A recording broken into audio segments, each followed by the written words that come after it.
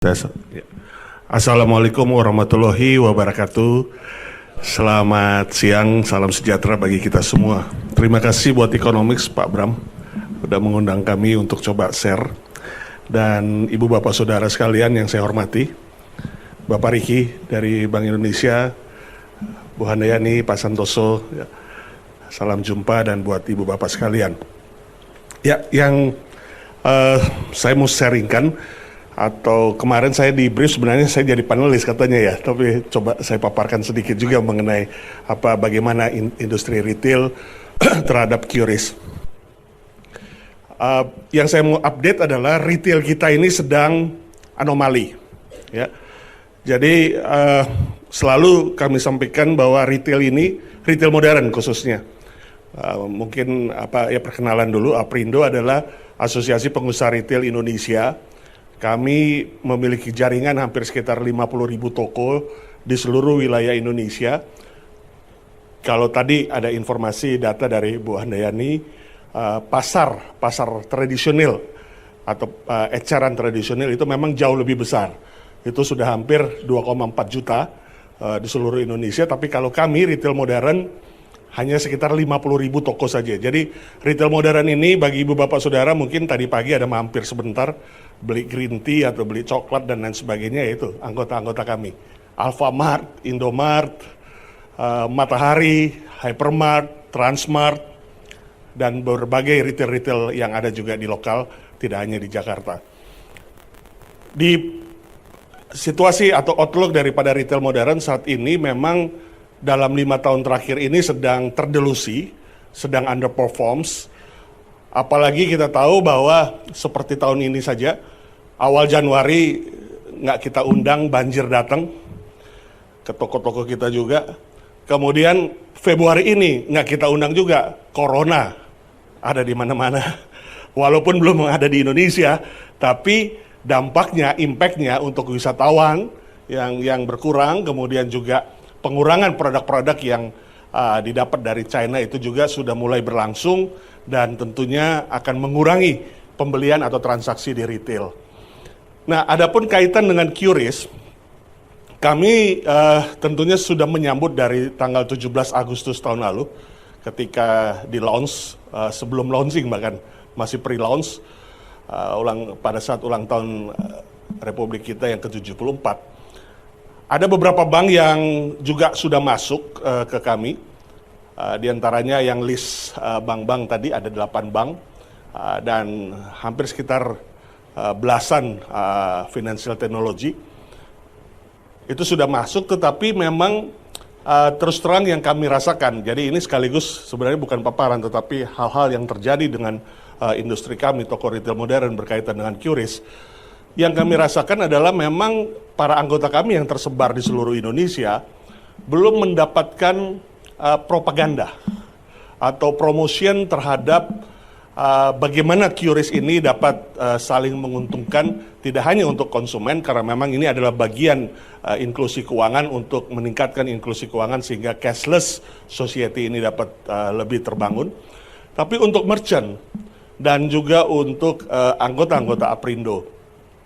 Nah, hal ini tentunya menjadi suatu challenge atau tantangan ke depan karena kita ketahui bahwa merchant juga, anggota-anggota Aprindo juga harus menerima apa yang terjadi atau harus suatu keniscayaan untuk mengikuti apa yang saat ini sedang terjadi. Tetapi kembali lagi, karena anggota-anggota retail modern ini tidak hanya yang jejaring yang punya kantor pusat di Jakarta, tetapi juga banyak yang di lokal. Mereka itu tentunya berharap ada one-to-one discussion ataupun FGD dan lain sebagainya yang mengikut sertakan mereka secara totally, sehingga mereka juga memahami bagaimana QRIS ini dapat dipromosikan kepada konsumen atau dapat diarahkan oleh konsumen. Karena kami tentunya yang berhadapan dengan konsumen. Kasir-kasir atau SPG yang ada di toko-toko inilah yang berhadapan dengan konsumen, bukan manajemen pusat atau bukan manajer atau bukan GM dan direksi yang berhadapan dengan konsumen, tetapi mereka inilah yang berhadapan dengan konsumen. Nah, untuk peningkatan ini tentunya perlu ada edukasi, perlu ada sosialisasi, atau perlu ada suatu kebersamaan kita untuk membangun semangat QRIS ini menjadi sesuatu yang standar dan menjadi sesuatu yang tentunya diharapkan oleh kita semua. Kemudian yang kedua juga yang memang kita harapkan ke depan adalah adanya suatu, katakanlah ada contingency plan ketika QRIS itu tidak dapat berjalan. Nah ini seringkali terjadi di beberapa toko kita. Kalau sekarang ini sebelum QRIS kita tahu masih QR code, bahkan sebelum QR code hanya retail hanya berdasar dengan edisi saja. Ada kejadian-kejadian di mana kalau di daerah khususnya ketika edisinya tidak jalan ataupun juga faktor-faktor lain yang menyebabkan itu tidak berfungsi. Ya kita tahu kalau di Jakarta tentu kalau kita bicara bandwidth tentu sangat kuat. Tapi ketika kita bicara di Papua, di Jayapura, kita bicara di Buton, di mana anggota-anggota kita juga ada di sana, masalah bandwidth, masalah connection itu juga jadi sesuatu yang problem. Dan tentunya ketika ini terjadi, bagaimana kita coba untuk menerangkan atau memahami dengan standar kontingensi yang kita akan dapatkan tentunya dari BI ataupun juga dari bank yang bekerja sama dengan kita. Nah ini sangat diperlukan karena kita tahu bahwa masyarakat kita itu apalagi yang berbau teknologi, kalau kita bicara di Jawa tentunya sudah mengerti ya mengenai bagaimana hampir keseluruhan lah untuk yang di wilayah kita ini, di Jawa ini tentu masyarakatnya sudah lebih modern. Tapi kalau di Indonesia Timur, mereka begitu ada hal-hal yang menyangkut dengan teknologi, kemudian diperhadapkan dengan case, tidak fungsi, tidak jalan, dan lain sebagainya, mereka akan langsung antipati, dan mereka tentunya tidak akan langsung menggunakannya lagi. Nah ini sangat sesuatu yang mendasar bagi kami pelaku usaha retail dalam melakukan sosialisasi daripada QRIS ini. Ya, kita tahu bahwa kalau di daerah ini yang namanya unbankable itu masih cukup signifikan, ya, masyarakat yang unbankable. Ya. Apalagi dengan teknologi yang juga semakin berkembang yang mendukung kepada industri perbankan ataupun industri keuangan kita. Nah, yang selanjutnya juga yang tentunya yang kita harapkan adalah peningkatan daripada jumlah bank-bank yang dapat menjadi endorser daripada QRIS. Saya nggak mengerti apakah ada planning untuk sampai ke bank-bank daerah, karena retail modern kita ini juga banyak di daerah.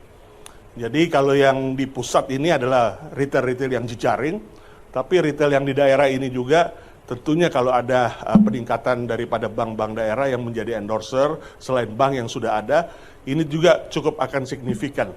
Contohnya saja di Labuan Bajo, Bank Himbara baru satu bank, anggota Bank Himbara, belum ada bank lain, sehingga adanya bank daerah.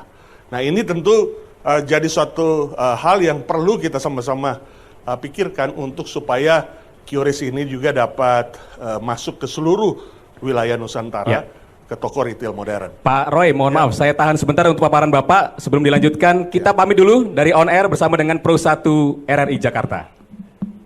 Demikianlah seminar peluang dan tantangan ekosistem sistem pembayaran pasca implementasi standar QRIS persembahan IFSC bersama Economics dan Radio Republik Indonesia.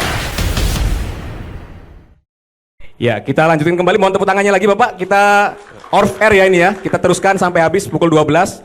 Bisa berdiskusi lagi. Tadi saya mencatat Aprindo 50.000 ya Pak ya tokonya ya. Banyak tapi masih belum semuanya karena kurang propaganda. Itu yang pertama. Yang kedua juga disebutkan bahwa kris itu kalau tidak berjalan saat transaksi gimana gitu. Itu ya problemnya Pak ya. Masih ada lagi yang lain? Silakan Pak. Ya mungkin nanti kita diskusi aja Pak untuk tanya jawab sehingga kita bisa lebih memahami lebih dalam lagi. Ya, terima kasih Pak. Ya, terima kasih. Mohon tepuk tangan sekali lagi untuk Bapak Roy Mande, Ketua Umum Aprindo.